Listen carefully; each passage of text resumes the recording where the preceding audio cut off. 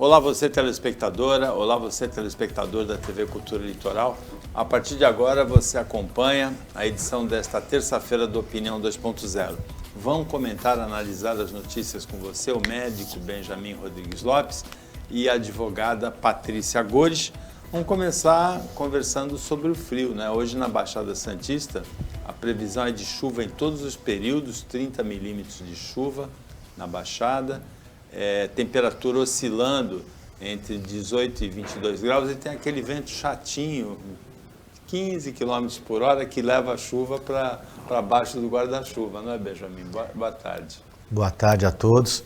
O vento é chatinho, leva a chuva e deixa a gente com uma sensação de que os ossos estão congelando, né? Para quem é de Santos, é a nossa característica. É essa chuvinha fria com o vento e o noroeste. São as duas coisas que marcam a nossa região. A Baixada Santista, ela tem uma umidade muito grande, então a gente sente o frio mais do que em outros lugares mais frios, não é, Patrícia? Boa tarde. Bom, não vou falar da Argentina, né, de Mendoza, né, ou de Buenos Aires. Boa tarde a todos. Então, Buenos Aires é tão úmido quanto Santos, né? Então sente-se bastante frio mesmo. Mas eu já sabia que ia chover ontem, Paulo. Eu tenho um radar instalado aqui nos seios da face que se chama sinusite. Toda vez que a minha sinusite aponta, é sinal de que vem a chuva. Eu sou tipo o galinho de Portugal, sabe aquele galo do tempo? Pois é, sou isso. Que muda de cor, né? A cauda dele. Muda de cor, exatamente. Aí, para mim, aparece a sinusite. Aí, quando vem a sinusite, eu sei que vai chover. Vai fazer frio. Agora, a chuva e o frio, eles agravam uma situação que já é muito grave atualmente no Brasil, que é a situação da população de rua. Em São Paulo tem uma cidade inteira na rua, né? A estimativa é de 60 mil pessoas na rua. Em Santos, o número de moradores de rua nunca foi tão grande como é atualmente. De um lado, tem o drama social dessas pessoas, ou pela droga lícita ou não lícita, ou por uma opção de liberdade na rua, ou por uma decepção muito grande na vida, perda da família, perda dos laços, dos vínculos, ou simplesmente desistência da vida mesmo, né? Tem esse lado do drama social. Tem o lado também do incômodo que as pessoas sentem diante de algumas situações provocadas por moradores de rua. Esse foi o caso ontem em São Vicente. Alguns moradores de rua, depois de virarem o lixo todo, para vandalizar mesmo, eles vandalizaram também as portas e janelas do Paço Municipal de São Vicente. Havia a presença de 2 guardas municipais, eles acionaram a polícia e os homens de rua foram presos, Benjamin. É uma notícia triste por diversos fatores. A gente, só fazendo uma pequena correção, a gente chama de homens em situação de rua. Eles não são da rua. Na verdade, até são. A gente discutia hoje pela manhã, existem vários tipos de pessoas que estão vivendo na rua. Existem aqueles que são as vítimas das doenças mentais, do uso de drogas, que eram os nossos mendigos conhecidos. Eu brincava com uma imagem, todo mundo tinha um mendigo de estimação. O Roberto Carlos, que cantava na praia, o senhorzinho que cheirava dinheiro na porta do pronto-socorro. Depois, com o advento da droga, nós temos hoje o que a gente chama de walking deads. São os viciados, os noias, essas pessoas que estão presas pelo crack e que estão tomando a cidade. Quando o Paulo fala que São Paulo tem uma cidade, a gente calcula 40 mil pessoas vivendo na cidade. 60 mil. 60 mil. Cada vez é pior. É uma pequena cidade do interior dentro da cidade. E uma cidade que assusta, porque a população em volta, os moradores, ficam constrangidos. A gente viu recentemente mais uma tentativa de se mexer na Cracolândia e o que aconteceu foi que dispersou. Áreas que não estavam sendo afetadas, hoje estão afetadas. Mas a gente tem uma terceira parte da população, que são aqueles moradores muito recentes, que acabaram de perder o vínculo com a sociedade organizada, ou por perda de emprego, ou mesmo empregados que não conseguem mais pagar as contas. Nós vivemos num momento em onde a pesquisa eleitoral perguntava qual era o fator que ia te ajudar a decidir a eleição. Eles diziam a capacidade de pagar o boleto. Muitas pessoas não têm mais essa condição, estão morando na rua. A gente percebe essas pessoas quando você vê, e eu vi recentemente, um mendigo varrendo a calçada onde está dormindo, ou escovando o dente. Ele não perdeu o vínculo com a sociedade, ele perdeu a capacidade de viver nesta sociedade. Há vários dramas aí se desenrolando diante da gente, não é, Patrícia? Então, Paulo, eu concordo com o Benjamin, né? Não são moradores de rua, né? As pessoas estão nessa situação, quer pelas drogas lícitas, né? Que é o álcool, e também a gente tem o drama aí do desemprego, né? Cerca de 11% da população brasileira está desempregada, né? Sem contar aquelas pessoas que já não entram nem mais nas estatísticas, né? O que é ainda mais dramático. E a gente teve um aumento significativo na pandemia de pessoas em situação de rua, né? Só que enquanto a gente não tentar resolver a questão pela saúde, né? E não somente pela questão da segurança, como se tenta resolver, né? Ou seja, coloca a polícia ali, dispersa, aí acha que está tudo bem, e as pessoas não são cuidadas, não são tratadas como deveriam.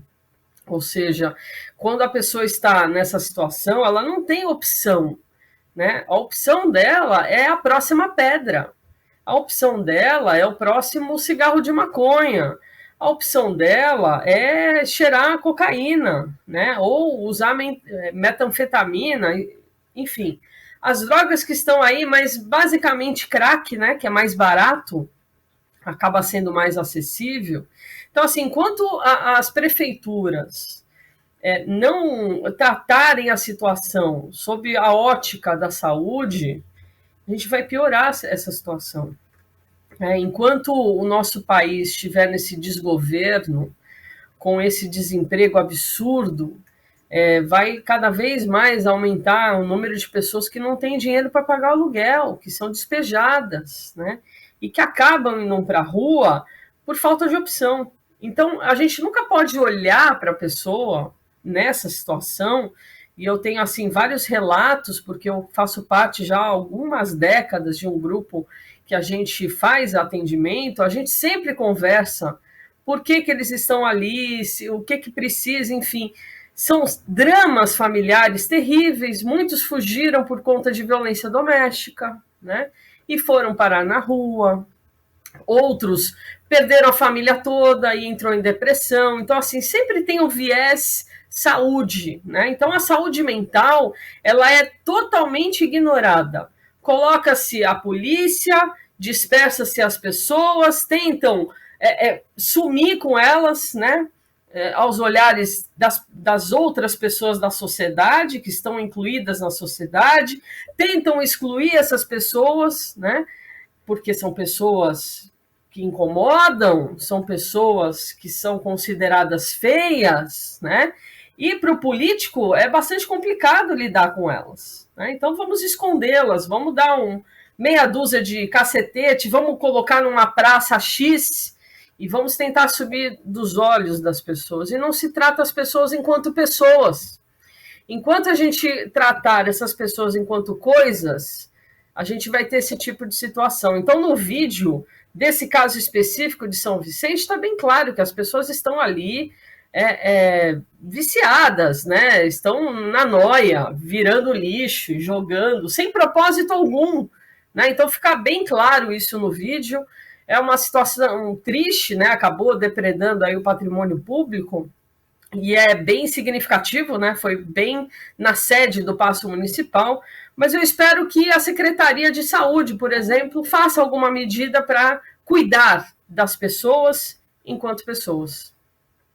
O Brasil tem alguma coisa entre 18 e 20 milhões de pessoas desempregadas, o índice é 11,1%, mas além deles tem 4 milhões e 800 mil desalentados, que são desempregados que não estão procurando emprego, que que estão desalentados, ou seja, estão desanimados, desistiram.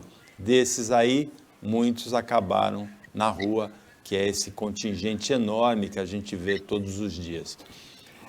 Em Santos, uma aposta feita nesse final de semana ganhou um prêmio de R$300 mil da Mais Milionária. No primeiro sorteio, saiu um prêmio para Santos, da nova loteria Mais Milionária. Com esse prêmio, já chega a quase 218 milhões de reais de prêmios da Caixa Econômica Federal, distribuídos para apostadores da Baixada Santista desde março, Benjamin. Em 3 meses, 200. Pena que você não ganhou nenhum desses prêmios, né? Essa é a péssima notícia do dia. Ganharam, mas não fomos nós, né, Paulo? Eu acho que a gente brincava que é uma das maneiras de que a renda per capita de Santos vai aumentar bastante. Mas assim... Da Baixada, né? Porque um desses prêmios saiu em Mongaguá, por exemplo, saíram em outras cidades também. E diz que eles vão todos mudarem para Santos. Mas a gente brinca que hoje a grande esperança da população do Brasil de mudar de vida é ou jogar futebol, ou gravar um funk, ou jogar na loteria. Dos três, o único que eu tenho alguma chance é essa. Vamos continuar tentando.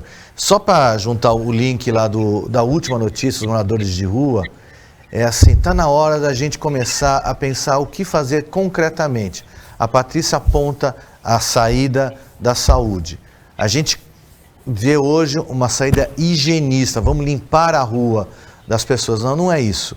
A gente precisa ter um projeto concreto com isso. Talvez as loterias sejam uma opção para isso. Uma parte das loterias é utilizada para diversas coisas, incentivo ao esporte, cultura.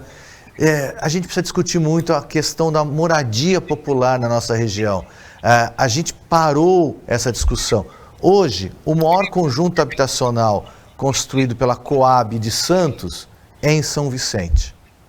A nossa cidade, que perto das outras cidades é melhor, ainda tem vários problemas habitacionais.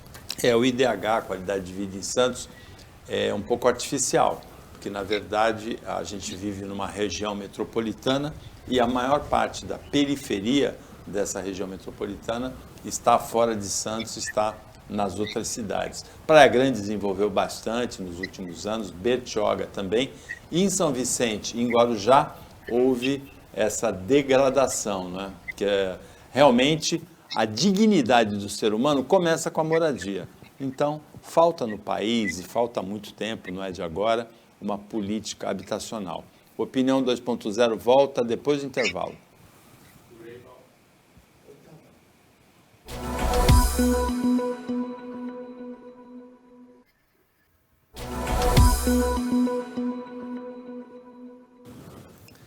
Voltando com a Opinião 2.0, que nesta terça-feira tem o Benjamin Rodrigues Lopes, médico, e a Patrícia Gorich, advogada, analisando as notícias com você.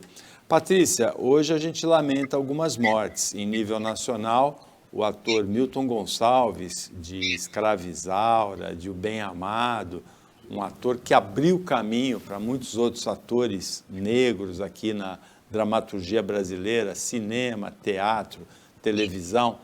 A gente lamenta também, em nível regional, a morte do jornalista Oídes Fonseca, aos 82 anos, o Oídes que foi criador da escolinha de surf, o Benjamin me lembrava, na época do governo Thelma de Souza, em que ele foi secretário de esportes, foi diretor da Faculdade de Comunicação de Santos, professor, e também do presidente da Ordem dos Advogados do Brasil, Seção São Vicente, Eduardo Kliman. Então, Paulo, eu vou começar pelo meu amigo Kliman, né? Que tristeza, que notícia pesada logo pela manhã. Um grande amigo que se vai, jovem, né? Aguerrido, advogado que entrava na sala de audiência e lutava pelo seu cliente com bastante dedicação, né? Sem deixar a sua educação ímpar, né? Por várias vezes tivemos grandes embates em audiência e, puxa, sem palavras, né? Espero realmente que Deus conforte a esposa Grazi, os filhos, porque é bastante impactante quando a gente perde alguém da nossa família, né, de uma forma repentina, não há um preparo, né? Eu costumo dizer que aquelas pessoas que estão acamadas, né, a gente acaba até meio que se conformando, né, vendo a pessoa definhando na cama, e a gente até pede para que vá, né, muitas vezes, mas aquela pessoa ativa que está ali trabalhando, enfim, e de repente se vai de uma forma tão repentina como o clima, é chocante, né? Para quem vai é bom, né? Mas para quem fica é complicado, então que Deus conforte a família dele, né? Não só a esposa e filhos, mas toda a família, os amigos. E é um dia difícil, né? Bom, com relação ao professor pró-reitor da Universidade Católica de Santos, deixou um marco na cidade, né, de educação, um marco de pupilos, né, de alunos. Eu tive o prazer de conhecê-lo também quando trabalhava na Unisantos. Cumpriu a sua missão, né? Espero que os seus frutos continuem aí na cidade, né? Porque a gente possa... Que eu acho que o grande legado do professor é justamente o legado ético, né? Acho que ficou isso bem claro para quem o conheceu. Em tempos de falta de ética, né? Você ter um professor que deixa isso bem pontuado, né? A questão da ética é importante. Então, eu espero que os seus pupilos possam sempre relembrar, né? E lembrar dessas falas do professor, para que a gente possa viver num país melhor, né? A gente está precisando, nesse momento, né? O histórico do país já diz isso, de pessoas éticas, né? Então, eu espero que os seus alunos e todas as pessoas que tiveram o prazer de conhecê-lo, que siga aí com esse legado de ética. E o ator Milton Gonçalves deixou um legado também, né? Ele que, imagina, a década de 70, você sendo preto, negro, enfim, iniciar na TV, né? Iniciar como ator da Globo, trabalhar em teatro. A grande briga dele foi sempre com relação a ter bons papéis, né? Não só papéis de vassalo, né? Não só papéis de empregado, mas sim bons papéis, né? Para justamente romper essa ideia do racismo, né?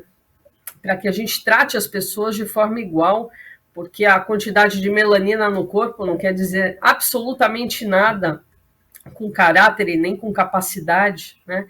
Então, acho que esse é o grande legado desse ator, que se vai, né, e deixa esse legado de que todo mundo é possível, né, trabalhar, fazendo bons papéis, lutando, e ele tinha também um papel importante, que é o da política, né? Então, desde jovem, ele foi ligado à política, tentou algumas vezes, mas o ser político não precisa estar na política, né? Então, eu acho que ele também fez muito bem esse papel, e que, enfim, para o Brasil são 3 grandes perdas, né? A gente tem o ator, o professor, o advogado, são grandes perdas, e que hoje a gente possa fazer uma prece para os 3, né? E não importa, obviamente, a religião, mas para que eles fiquem bem, que seus familiares fiquem bem. De comunicação da Universidade Católica de Santos, ela ficou por várias décadas sempre colocada entre as 10 primeiras do Brasil no ranking. E é uma geração de professores que manteve esse nível de qualidade que se vai. Há muito tempo atrás já morreu o Sérgio Guide, há algum tempo atrás o professor Iberê Cirna. Em dezembro do ano passado, talvez a maior estrela desse conjunto de professores, o Dirceu Fernandes Lopes, brilhante, que era professor da USP também, da comunicação, e agora o Ides Fonseca, professor dessa geração aí, que fez brilhar por muito tempo o curso de comunicação da Faculdade de Comunicação da Católica de Santos. Eu acho que vocês dois já quase que exauriram o assunto, e a gente brinca que, se é possível brincar com morte, que a gente acaba de descobrir uma vocação para a Patrícia, ela é uma grande obituarista. e ela com dignidade, com orgulho, nos apresentou um pouco, principalmente o Eurídice da Fonseca e Eduardo Kliman. Eu sou um médico, eu não frequentei essa faculdade, mas o conheço eticamente do governo da Thelma, do seu trabalho na Secretaria de Esportes, um grande santista de time e de cidade. Mas eu queria falar um pouquinho mais do Milton Gonçalves. Acho que a Patrícia foi precisa. Ele é um homem que nasce negro e como a pele não pode deixar de forçar a pessoa a lutar, porque o negro que não luta morre, ele lutou. Lutou bravamente, primeiro para ser ator e depois para dar uma garantia que o papel do ator não poderia ser apenas o de negro, de escravo, de novela de época. Sim, a moça, a escrava Isaura, são marcos na carreira dele. Mas Milton Gonçalves extrapola, é muito mais do que isso. Sua vida é a luta própria. Ele começa o primeiro papel dele enquanto ator, ele fazia dupla com o grande Otelo, que era grande, e era Otelo. E ele conta nas suas memórias que apanhava do grande Otelo no palco. Porque o grande Otelo, já consagradíssimo, usava os cacos. E ele era obrigado a lembrar o texto para o grande Otelo. A partir daí, sucessos, mas mais do que sucessos, dignidade. Nós, ligados a um grupo de pensamento, não gostamos de pensar na morte.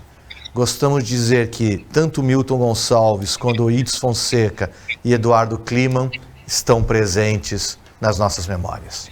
E foram para outro plano, né? Estão vivos em outro plano, com certeza. O Porto de Santos, em 1993, foi privatizado. A operação do Porto de Santos foi privatizada. A autoridade portuária, que era a Companhia Docas do Estado de São Paulo, o Codesp, continuou estatal. De lá para cá, a movimentação de carga se multiplicou muito. A gente não tem ainda uma rede de acesso rodoviário e ferroviário ideal para o Porto de Santos, que é o maior do hemisfério sul da América Latina, mas o relatório desse primeiro quadrimestre mostra 52 milhões e, aliás, quanto foi a movimentação? É muito zero. 52 milhões e meio mesmo no primeiro quadrimestre, o que projeta alguma coisa entre 150 e 160 milhões de toneladas movimentadas nesse ano. Eram menos de 40 milhões em 93, há 30 anos atrás, quase 30 anos atrás, quando foi privatizado. A soja é a estrela, com 14 milhões de toneladas movimentadas de janeiro a abril. Os contêineres, mais de 400 mil contêineres, 480 mil contêineres, o que dá uma projeção também muito, isso só no mês de abril, né? Dá uma projeção de 5 milhões de contêineres, TEUs, né, nesse ano. E o Porto de Santos mostra uma pujança muito grande na recuperação da economia brasileira pós-pandemia.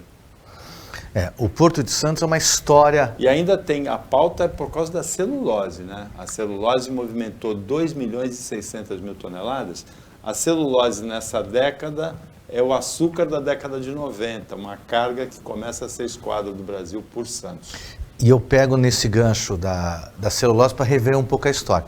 A gente lembra que assim, o Porto de Santos ele começa a ser construído no final do Império. Dom Pedro II faz a licitação, uma família de comerciantes de roupas, dois sócios, ganham essa concessão, mas só vão implantar o porto de fato no começo da República. E eles criam a Companhia Docas, que era chamada de o Grande Polvo, porque ela tomava conta da cidade e sufocava a cidade. E a riqueza do Porto de Santos na época ia para essa família, os Gafreguines, que era no Rio de Janeiro. Então a história de Santos passa um pouco por amor e por ódio. Enquanto o Porto crescia, produzia riqueza, a riqueza não ficava em Santos. Depois ele é estatizado, uma parte foi devolvida à iniciativa privada, mas hoje o controle ainda é federal, nunca foi municipal. Por que eu faço esse preâmbulo? Porque o porto não pode ter as costas voltadas para a cidade. Ele produz a riqueza, mas quanto da riqueza fica em Santos? Nós passamos por um momento em que os trabalhadores do porto tiveram perdas nos seus salários. Ao mesmo tempo, é um porto que exporta muita commodities, movimenta muito. como o Paulo lembrou, açúcar, hoje celulose, já passou soja, e tudo isso não agrega valor. A gente pode rediscutir a presença desse porto e mudar um pouco o perfil da nossa região. Por que a gente não consegue beneficiar os produtos, exportar com mais valor agregado? Também é um porto que polui. E alguns anos atrás foi muito característico o odor da Ponta da Praia pela manipulação indevida da soja, o apodrecimento. Recentemente nós tivemos um problema em Cubatão, em que um descarrilhamento de soja deixou a entrada da cidade de Cubatão empesteada com o apodrecimento da soja. Então o porto e o governo federal têm que discutir a cidade, o impacto que ele causa na sua malha ferroviária, mas principalmente na sua malha rodoviária. Há 10 anos atrás nós vivemos o caos aqui, que a gente não conseguia transitar com a fila de caminhões. Melhorou, mas temos muito a caminhar para continuar comemorando os resultados. A Patrícia, que é moradora do bairro de Aparecida, em Santos, já sofreu muito com o cheiro da fermentação da soja que cai do carregamento dos caminhões. Mas nós temos aqui, e é um orgulho, a VLI, que é o Tiplan, né, o terminal intermodal Luiz Antônio de Mesquita, né, o Tiplan. O grão, ele chega só por ferrovia, o que já é um sonho, na área de Santos, limite com Cubatão. E a carga, ela é movimentada confinada em esteiras, então não tem esse derramamento aí de soja que fermenta depois, que aconteceu nas margens da ferrovia em Cubatão e que incomodou por muitos anos. A Patrícia ainda incomoda, né, Patrícia? Ainda incomoda. Quantas vezes à noite a gente acorda com esse cheiro, né? Que é um cheiro, parece cítrico, né? E a questão da poluição também, né? As micropartículas que ficam. Quem mora na ponta da praia sente mais, Paulo. Quando eu morava na ponta da praia, era um terror. Eu vim para Aparecida, melhorou um pouco, mas mesmo assim, o cheiro ainda é bastante forte, né? Mas eu, como filha de doqueiro, com muito orgulho, eu tenho que falar que a gente precisa repensar, né? Eu acho que é uma luta antiga, eu lembro bastante da Thelma de Souza, então prefeita, tentando de alguma forma estabelecer a riqueza do Porto de Santos em Santos, né? Eu sou testemunha, né, da fala do meu pai, quando ele falava que logo que ele fez 18 anos e não quis fazer faculdade por alguns motivos, foi fazer depois, ele foi procurar emprego. E o procurar era escolher emprego em Santos, né, no Porto, quer enquanto pessoal da capatazia, ou o pessoal mesmo do chão do porto, ou administrativo, que foi o caso dele, né? Então a gente tinha um outro momento do porto. Claro que hoje está automatizado, né? E isso, essa questão da indústria 4.0, claro que acaba impactando nos empregos. Mas a reflexão que o Benjamin fez, né, é bastante clara, né? Entre ódio e o amor, a gente fica sempre perdendo. A cidade de Santos sempre perde, né? Com a riqueza se escoando, né, para as grandes empresas, e a gente vê hoje um sério problema de emprego mesmo, né? O próprio Ogmo enfraquecido demais, né? Antigamente a gente tinha o Ogmo forte, com possibilidade de absorver grande parte aí das pessoas, né, em bons empregos que duravam a vida toda, né? Quantas pessoas não são fruto disso? Eu sou, né, fruto justamente desse emprego do Porto, que é tão importante, né? Eu espero realmente que haja uma política para que essa riqueza fique na cidade, né, de Santos, que é merecedora disso tudo, Paulo. Momentos, a concessão do Dom Pedro II é muito interessante, o caráter de estadista feito pelo imperador nessa concessão, porque a remuneração era pelo investimento. Quanto mais os sócios Gaffrey Guinle investissem no Porto de Santos, maior era a remuneração que eles tinham. E isso aí fez com que o Porto de Santos tenha esses mais de 50 berços de atracação há muito tempo.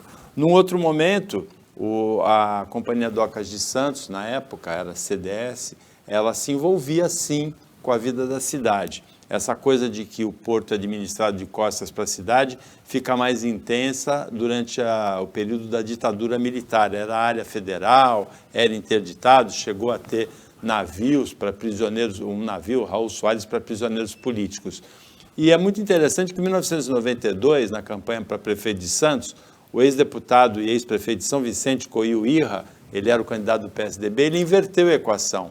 Ele falou, o porto é assim, administrado de costas para a cidade, mas a cidade também é administrada de costas para o porto. Nas últimas décadas isso aí melhorou um pouco. Opinião 2.0 volta depois do intervalo.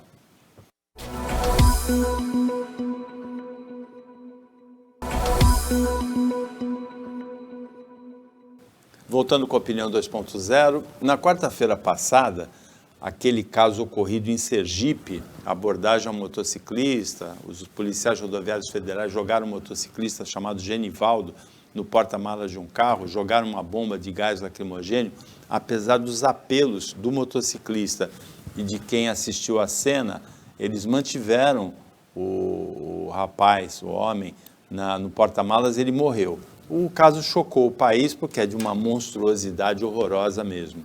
A Polícia Rodoviária Federal, a princípio, meio que passou o pano, não agiu com o rigor que se esperava, com a indignação que se esperava. E ontem foram exonerados o diretor executivo da Polícia Rodoviária Federal e o diretor de inteligência. Agora o governo federal diz, Benjamin, que não tem nada a ver com o caso lá de Sergipe. Essas exonerações. E eu acredito na Branca de Neve e os 7 anões. Desculpa, demorou para fazer isso. Acho que o chefe de inteligência foi demitido por não ter inteligência. Não tem o que discutir com isso. Esse rapaz ele foi detido porque estava dirigindo a moto sem capacete. Ele não oferecia risco para ninguém, a não ser para ele mesmo. Roda nas redes sociais imagens do presidente em motos Seatas, na própria polícia rodoviária dirigindo e ele sem capacete. Imagina se fosse o mesmo peso e a mesma medida. Não quero isso. Eu quero justiça. Não tem cabimento prender uma pessoa por um motivo vil, confinar dentro da viatura, na parte de trás, e jogar uma bomba de gás. Gente, isso daqui é nazismo puro. Não tem qualificação. Uma pessoa que faz esse ato, ele não está preparado, não é para ser policial rodoviário federal, ele não está preparado para ser cidadão. É um crime que envergonha o Brasil, me envergonha enquanto cidadão, e o mínimo foi a demissão do superintendente, porque não fez nada, tentou acobertar. Acho que a gente tem que acompanhar de perto o andamento deste caso. Esses policiais, maus policiais, envergonham a corporação e o que a gente exige é justiça. Quando acontece um caso desse, muitas vezes, o que parecia normal na superfície, quando se vai examinar, tem muitas irregularidades até desembocar num episódio desse tipo. No caso da Polícia Rodoviária Federal, foi se descobrir um curso, não é, Patrícia, em que procedimentos assim bem heterodoxos como esse eram recomendados, né? Aspas, professores dando dicas, né? Ou seja, esse é um procedimento bastante comum, infelizmente, né? Porque o professor fala justamente nessa abordagem. Olha, coloca lá a pessoa no camburão, joga o gás lacrimogêneo, spray de pimenta e fecha. E espera porque ele vai ficar mansinho. E aí teve uma vez que eu fiquei com pena do rapaz, eu abri o camburão e falei tortura e fechei. Ele fala isso num tom de brincadeira, as pessoas dão risada, né? E se normaliza a violência, né? Então, eu acho que é bastante importante a gente fazer algumas reflexões aqui, né? Então, a pessoa estava cometendo uma infração de trânsito, né? Não é nem crime, é infração, né? E é colocada no chão já de forma truculenta, ou seja, já começa errado daí. Ele começa a se debater, que é pelo pânico, pela situação dele de saúde mental, que ele já tinha, né? Ele tinha esquizofrenia. Ele é amarrado, pés e mãos, e jogado num camburão. E não suficientemente, eles ainda colocam gás lacrimogêneo e spray de pimenta, que concorre, então, né, como bem disse a nossa toxicologista Paula Carpes, para o evento morte, né? Então, o pânico somado ao gás, obviamente, falta de oxigênio e spray de pimenta fazem com que essa pessoa morra, né? Então, assim, a própria declaração da polícia logo na sequência foi de que houve uma abordagem condizente, né? Então, sim, eles erraram já e tentaram passar pano. E não é à toa que o nome desse programa é Opinião, né? A opinião pública hoje, com as redes sociais, eu vi esse vídeo no mesmo dia, à noite, no Twitter. Então, assim, já estava já viralizado esse vídeo. Muito se discute aquela pessoa, e aí também a gente ouve muito, mas será que o vídeo é válido? Será que o vídeo é real? Pelo amor de Deus, nem a polícia discutiu a validade do vídeo. Então, assim, tenta se passar o pano, quer diretamente para a polícia, quer tentando colocar que o vídeo não é real, Paulo. É surreal, né? As pessoas que são a favor de tortura, querem fazer limpeza sim, né? De certas pessoas, de certas camadas da população, falam esse tipo de abóbora, tentando de alguma forma neutralizar essa questão, né? Mas para mim é bastante claro, a tortura, eugenia sim, tenta higienizar e eliminando essas pessoas. A gente tem que, de forma bastante contundente, ser sempre contra a tortura. A gente não pode normalizar a tortura, não pode achar engraçado, né? E não pode, de forma alguma, desculpar o policial. Ele vai ter que ser, obviamente, julgado, como disse bem o Benjamin, que haja justiça nesse caso e que todos os responsáveis sejam punidos e que não tenha a menor condição de voltar para a rua e ser policial. Porque policial, para mim, que eu sempre brinquei de polícia e ladrão, eu sempre quis ser policial, porque para mim o exemplo é a polícia, pessoas de bem, tentando de alguma forma tirar as pessoas que fazem mal para a sociedade. Não é esse caso, ele só estava sem capacete, uma mera infração de trânsito, e ele perdeu a vida, deixou esposa e filhos nessa situação, Paulo. O caso, inclusive, levou a uma consideração lamentável também do presidente Jair Bolsonaro, que disse que não tinha se inteirado muito bem do caso no final de semana e que lembrou de outro caso de 2 policiais rodoviários que foram assassinados no Ceará. Da mesma maneira como a Polícia Federal não se comportou a direção com a indignação e com o rigor que a sociedade esperava, o presidente também se manifestou dessa maneira e continua isso, porque se fala que se demitiu o diretor de inteligência e o diretor executivo e não se fala por que motivo eles foram demitidos. Inclusive, na justificativa da demissão, se diz que não tem relação com esse caso.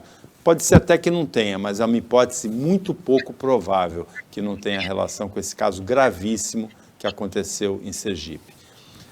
Ontem à tarde ganhou a liberdade condicional uma autora de um dos crimes mais emblemáticos, um dos crimes assim que mais comoveram a opinião pública no Brasil, mais impactaram, seria a palavra correta, que foi a Elise Matsunaga, que em 2012 ela matou e esquartejou o marido, o empresário da IOC, Marcos Matsunaga. Ela foi condenada a 19 anos e meio de prisão, depois ela ganhou uma redução da pena e ontem ela ganhou liberdade condicional. É certo que já hoje, amanhã, nos próximos dias, vai haver muita repercussão dessa saída da prisão da Elise Matsunaga nas redes sociais, não é, Patrícia? Não, já está tendo, Paulo. Inclusive pelo relato dela, né? Ela com a sua voz angelical, ela que esquartejou seu marido, pai de sua filha, e daquela forma, né? Terrível. Ficou famosa no ano passado também por ter gravado uma série, né? para o Netflix, ou seja, ganhou ainda dinheiro em cima disso, fazendo de boazinha, né, fazendo de vítima, como se fosse justificável, né? Tudo que o marido fez com ela que se justificasse esse crime, mas o relato dela de ontem foi o mais impactante. Aí eu tenho certeza que o Marcos, meu marido, já me perdoou. Realmente, esse país é uma piada, né, Paulo?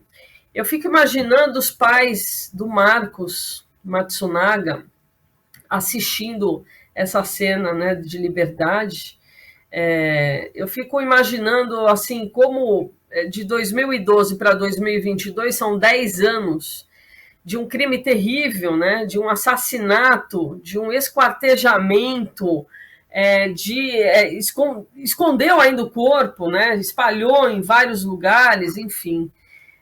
Eu fico realmente imaginando que o crime compensa, né, porque foram 10 anos só, né, em que ela viveu enquanto celebridade, porque no próprio relato do livro da Suzanne von Richthofen, que um jornalista fez, ele fala do próprio tratamento que a Elise tinha no próprio complexo, né, penitenciário, porque ela era famosa, ela era, né, capa de revista e de jornal. Quer dizer, é surreal como há uma inversão de valores no nosso país, né, onde pessoas que são criminosas ganham a liberdade assim, em pouquíssimo tempo, 10 anos, com direito a saidinhas nesse meio tempo, com revisão de pena, ficou barato, né? E agora ela sai e vai dar meia dúzia de entrevista para a TV, vai ganhar o seu dinheirinho, e quem perdeu o seu filho, quem perdeu o seu familiar, fica realmente desalentado. Esse país não é para os fracos mesmo, Paulo. É interessante também, tem um outro aspecto interessante, que é um criminoso com celebridade, assim, que fica muito celebrizado, ele tem um impacto afetivo. É muito difícil a gente imaginar alguma pessoa que queira namorar a Elise Matsunaga. Dá medo, né? Já pensou? Ela esquartejou o marido, né? Então ela é capaz de fazer isso. Mas o maníaco do parque, que abusou sexualmente, matou dezenas, né, de moças, ele recebia cartas apaixonadas na prisão. O João de Deus, que abusou sexualmente de dezenas de moças, ele... 500. Centenas, né? Ele casou agora, no mês passado, com uma advogada, o médico Roger Abdelmaci, que também abusou de dezenas de pacientes sexualmente. A mulher dele, advogada, que era procuradora de justiça, renunciou ao cargo para ficar com ele, ficou com ele. Então, afetivamente, tem a síndrome de Estocolmo. É muito difícil em que a sequestrada se apaixona pelo sequestrador, né? É muito difícil da gente saber como é que se comporta a emoção humana, o sentimento, o afeto, né?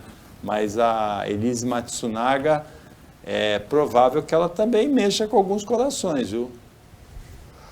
Não, meu. Deixa eu começar. Assim, é difícil a gente poder ter bom humor numa pauta dessas, tão monstruosa. Mas eu queria começar brincando com a Patrícia Gorsch, que ela é a única que consegue falar o nome da Christiane von Richthofen com um sotaque perfeito, com a pronúncia correta. É Suzane. Eu nem consigo nem o primeiro nome. Ela vai nos dois. Assim como do Roger Abdelmaci, o Paulo consegue falar perfeitamente. Mas eu queria falar que a Elise Matsunaga, ela é um ponto fora da curva por vários motivos. Principalmente porque ela é mulher. Chama mais atenção porque é uma mulher que está esquartejando um marido. Não quero em nenhum momento diminuir o nível de bestialidade do crime dela. Mas neste Brasil é o oposto. O Brasil é um dos 5 países do mundo que mais matam mulheres. Apesar de ter uma legislação que é tida como uma das 3 melhores do mundo. A Lei Maria da Penha, as medidas de proteção, no papel são maravilhosas. Mas matamos as mulheres às centenas, às dezenas, às milhares. Além disso, não sei se o Paulo sabe disso, se você roubar um carro, você é condenado mais ou menos por 1 ano de cadeia. Se você agredir uma mulher com uma cotovelada e quebrar o nariz dela, dá em torno de 3 meses de cadeia. Um país que não pune, quando pune pouco, estimula a violência. O crime compensou para a Elise. Ela tinha problemas com o marido, não era um santo.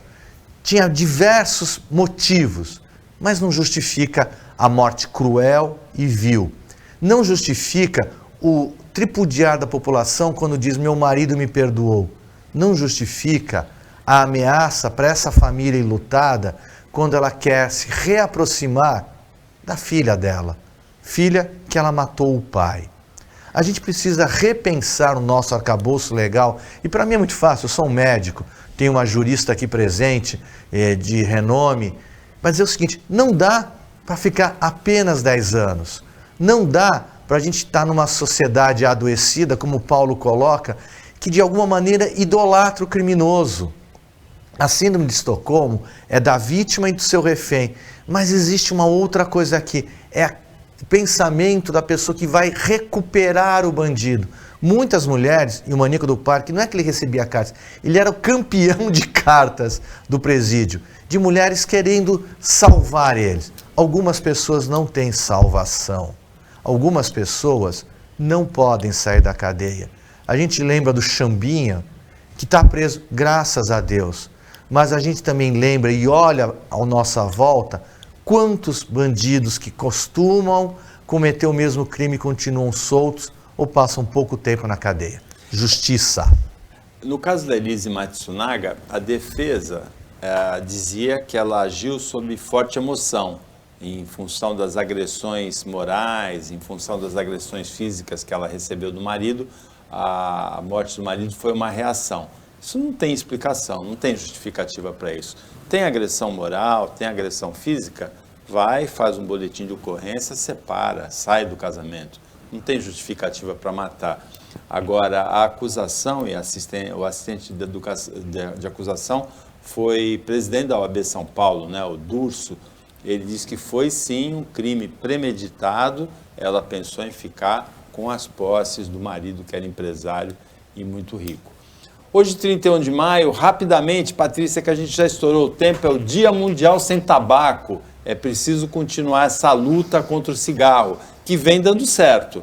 Em 15 anos, 16 anos, entre 15 anos, 2006 e 2021, a quantidade de fumantes nas capitais brasileiras e no Distrito Federal maiores de 18 anos diminuiu de 16,2% para 9,2%. Quase metade dos fumantes deixaram de fumar, Patrícia. A gente precisa de informação, Paulo. Não adianta a gente ficar só falando, não fume, não fume. Acho que tem que mostrar, né? Para mim, serviu na época da escola, quando a professora de ciências mostrou um pulmão sadio e um pulmão fumante. Ficou bastante claro isso.